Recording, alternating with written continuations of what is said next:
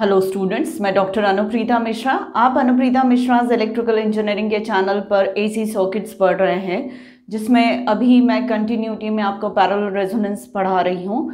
ये parallel resonance पर मेरा सेकंड वीडियो है।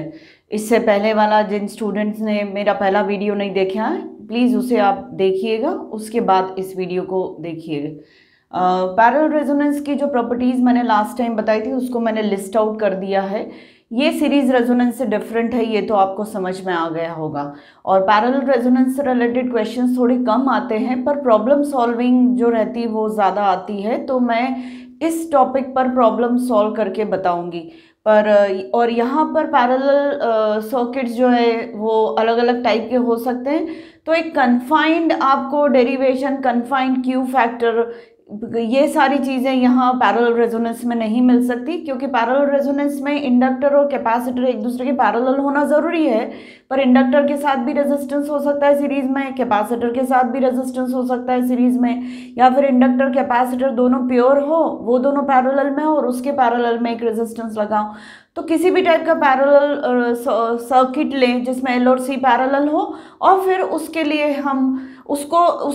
हम रेजोनेंट कंडीशंस फाइंड आउट कर सकते हैं। तो इन सारे सर्किट्स के लिए डिफरेंट क्यू, डिफरेंट जेड, ऐसा डिफरेंट एडमिटेंस सब निकल सकता है।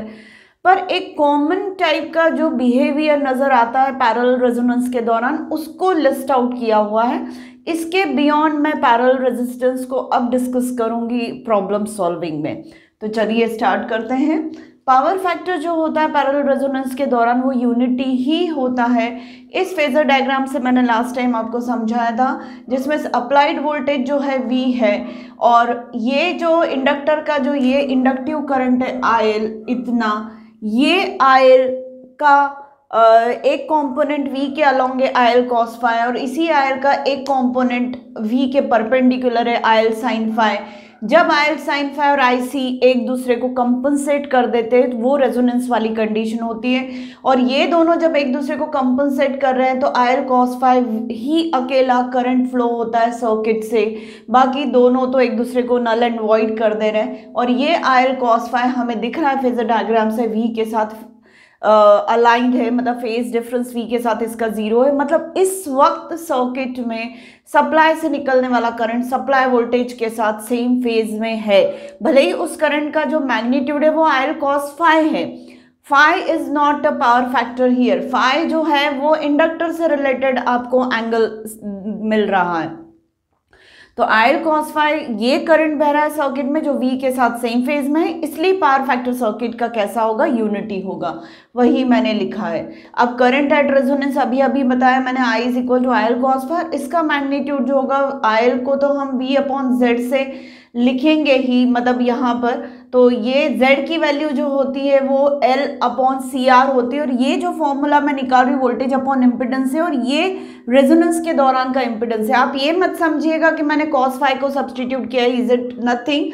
IL cos फाई को कैलकुलेट किया तो finally V upon L upon CR आ रहा है, जिसमें IL की वैल्यू, cos फाई की वैल्यू वो सारी रखी। तो प्रीवियस वीडियो आप देखेंगे तो आपको ये पार्ट समझ में आएगा। अगर मैं इसको हाइड कर दूं तो I is equal to voltage upon impedance, और ये इम्पिडेंस किस दौरान का है, ये इम्पिडेंस है रेजोनेंस के दौरान का इम्पिडेंस। तो इस तरीके से आप इसे समझ सकते हैं। और ये वैल्यू जो करंट की होती है, इम्पिडेंस की वैल्यू मैक्सिमम होती है, इसलिए करंट की वैल्यू मिनिमम होती है, जबकि सीरीज रेजोनेंस में हमें करंट की वैल्यू जो मिलती है वो मैक्सिमम मिलती है। Z जो होता है पैरेलल रेजोनेंस में वो मैक्सिमम होता है, और उसकी value L upon CR ohms इतनी होती है। अब Z का जो रेसिप्रोकल होता है उसका एडमिटेंस कहते हैं, और उसकी यूनिट जो होती है मोह। मैंने आपको लास्ट टू लास्ट वीडियो में भी बताया था कि एडमिटेंस की यूनिट जो होती है मोह, इसको हम उल्टे ओम जैसा भी रिप्रेजेंट करते हैं सिम्बॉलिकली। तो Y इज इक्वल टू, इसका अपोजिट कर दूंगी, रेसिप्रोकेट कर दूंगी तो CR अपॉन L हो जाएगा। और जैसे हम Z को R प्लस JX से रिप्रेजेंट करते हैं, वैसे ही एडमिटेंस को हम G प्लस JB से रिप्रेजेंट करते हैं। G is conductance, B is susceptance. Susceptance जो होता है वो रिएक्टिव कंपोनेंट्स की वजह से होता है, और G जो होता है वो रेजिस्टेंस का रेसिप्रोकल होता है। अगर आप यहाँ पर देखना चाहें तो जी जो होगा वो 1/r का रेसिप्रोकल है और बी जो है वो 1/x का रेसिप्रोकल है। इस तरीके से आप इसको समझ सकते हैं। अब रेजोनेंस फ्रीक्वेंसी क्या होती है? जो सर्किट मैंने कंसिडर किया था, ऐसा सर्किट कंसिडर किया था, उसके लिए रेजोनेंस फ्रीक्वेंसी ये वाली आई थी।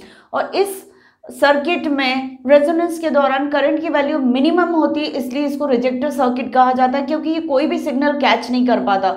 वजह ये कि जो भी सिग्नल इस पर फॉल होता है उसके फ्रीक्वेंसी के करस्पॉन्डिंग उसी वक्त सर्किट की भी फ्रीक्वेंसी वही होगी।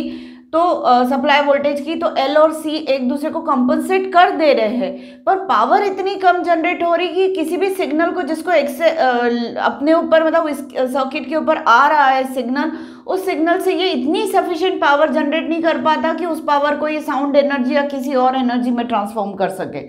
तो ये रिजेक्टर सर्किट कहलाता है, क्योंकि करंट की वैल्यू मिनिमम होती है। अगर आपसे पूछा जाए कि सीरीज रेजोनेंस वाला सर्किट एक्सेप्टर क्यों है और पैरेलल रेजोनेंस वाला सर्किट रिजेक्टर क्यों है, तो आप इसका जवाब यही देंगे कि सीरीज रेजोनेंस के दौरान करंट जो होता है वो मैक्सिमम होता है। तो जो भी सिग्नल फॉल होता है सेम फ्रिक्वेंसी का जिस पर रेजोनेंस हो जाता है, वो फ्रीक्वेंसी का करस्पॉन्डिंग वाला सिग्नल से पावर इतनी सफिशिएंट जनरेट होती है कि उसको हम ट्रांसफॉर्म करके साउंड एनर्जी या किसी और एनर्जी में चेंज कर सकते हैं और एक्सेप्ट कर सकते हैं, पर ऐसा यहाँ पर नहीं होता है। तो ये सारी चीज़ें आपको मैंने बताई, और ये टैंक सर्किट भी कहलाता है। यहाँ पर मैं एक और ग्राफ आपसे डिस्कस करना चाह रही हूँ। इसमें डिफरेंट इलेक्ट्रिकल पैरामीटर्स को फ्रीक्वेंसी के वर्सेस प्लॉट किया हुआ है। करंट है, इम्पिडेंस है, ससेप्टेंस है और रेजिस्टेंस है। रेजिस्टेंस तो कांस्टेंट है सर्किट का, तो एक स्ट्रेट लाइन से शो किया हुआ है। हॉरिजॉन्टल जो फ्रीक्वेंसी के पैरेलल है, फ्रीक्वेंसी की वैल्यू चाहे कुछ भी हो, रेजिस्टेंस कांस्टेंट ही रहेगा, जिसकी वैल्यू हाइट ऑफ या distance of this line from horizontal axis है। ससेप्टेंस में BL जो होगा वो 1/ωL होता है, क्योंकि XL की वैल्यू ωL होती है, तो BL की वैल्यू 1/ωL होगी। ऐसे ही XC की वैल्यू 1/ωC होती है, तो BC जो होता है वो ωC होता है। तो जब मैं ωC प्लॉट करने जाऊंगी तो मुझे स्ट्रेट लाइन मिलेगी, तो वो ये है। जैसे जैसे फ्रीक्वेंसी बढ़ती जाएगी ये इसकी BC की भी वैल्यू बढ़ती चली जाएगी, तो ये सिंपल स्ट्रेट लाइन है, डायरेक्टली प्रोपोर्शनल है। और फ्रीक्वेंसी और BL जो है वो इन्वर्सली प्रोपोर्शनल होने की वजह से हमें रेक्टेंगुलर हाइपरबोला मिलेगा, और इन सब की वजह से इम्पिडेंस की जो वैल्यू मिलेगी या इम्पिडेंस का जो ग्राफ मिलेगा वो हमें ऐसा मिलेगा। रेजोनेंस फ्रीक्वेंसी पर जो है इम्पिडेंस सबसे मैक्सिमम रहेगा, और बाकी बिफोर जो है वो इंडक्टिव सर्किट होगा डोमिनेटिंग, और आफ्टर रेजोनेंस फ्रीक्वेंसी ये कैपेसिटिव सर्किट हो जाए, क्योंकि इस जोन में 0 to FR के बीच में जो होगा इंडक्टिव रिएक्टेंस बड़ा होगा कैपेसिटिव रिएक्टेंस से, और इस रीजन में FR to F इंफिनिटी तक जो है XC बड़ा होगा XL से, तो ये कैपेसिटिव सर्किट होगा। पर जो इम्पिडेंस मिलेगा वो हमें इम्पिडेंस ऐसा मिलेगा जो कि धीरे धीरे बढ़ता जाएगा ग्रेजुअली, फिर मैक्सिमम FR पे उसकी वैल्यू हो जाएगी, उसके बाद इम्पिडेंस की वैल्यू कम कम होती चली जाएगी। और इम्पिडेंस के रिस्पेक्ट में अगर मैं करंट ऑब्जर्व करूँ तो मुझे कर्व, ये वाला पैराबोला, ये कर्व मिलेगा। अब जिस पर्टिकुलर फ्रीक्वेंसी पर मैक्सिमम इम्पिडेंस मिल रहा है, नेचुरली वहां पर रिएक्टेंस जो है, या कहना चाहिए BC जो है वो BL के बराबर है, तो ये दोनों एक दूसरे को कंपनसेट कर ले रहे हैं।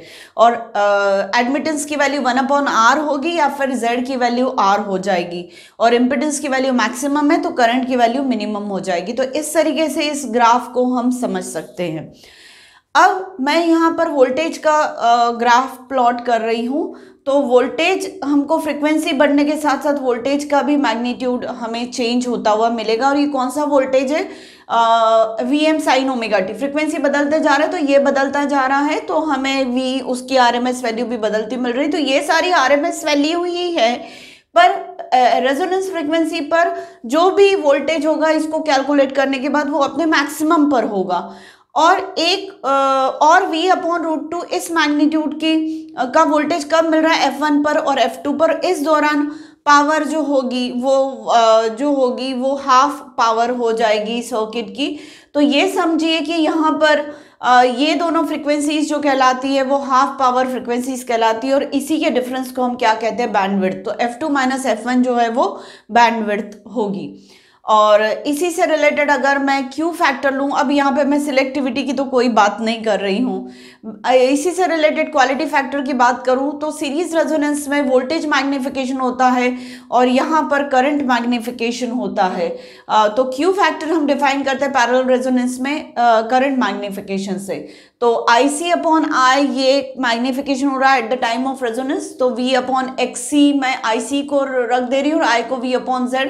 पूरा सॉल्व किया तो ये मिला। अब मैंने जैसा आपको बताया था कि पैरेलल रेजोनेंस सर्किट अलग अलग टाइप के हो सकते हैं। ऐसा भी हो सकता है कि प्योर इंडक्टर प्योर कैपेसिटर के साथ पैरेलल में हो, या इसका इन दोनों का सीरीज कॉम्बिनेशन कैपेसिटर और रेजिस्टेंस के सीरीज कॉम्बिनेशन के साथ हो। तो वेराइटीज के पैरेलल रेजोनेंस वाले सर्किट्स हमें मिल सकते हैं। तो हर सर्किट में फिर नेचुरली ओमेगा आर की वैल्यू अलग मिलेगी। इसी क्यू फैक्टर का formula general omega r l upon r करके ऐसा हम लिख सकते हैं।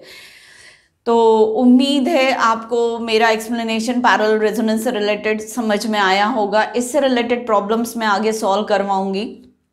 तो प्लीज़ मेरे आज के वीडियो को लाइक कर दीजिए, मेरे चैनल को सब्सक्राइब करिए और मेरे वीडियो से ज़्यादा से ज़्यादा फ़ायदा उठाने की कोशिश करिए। Thank you.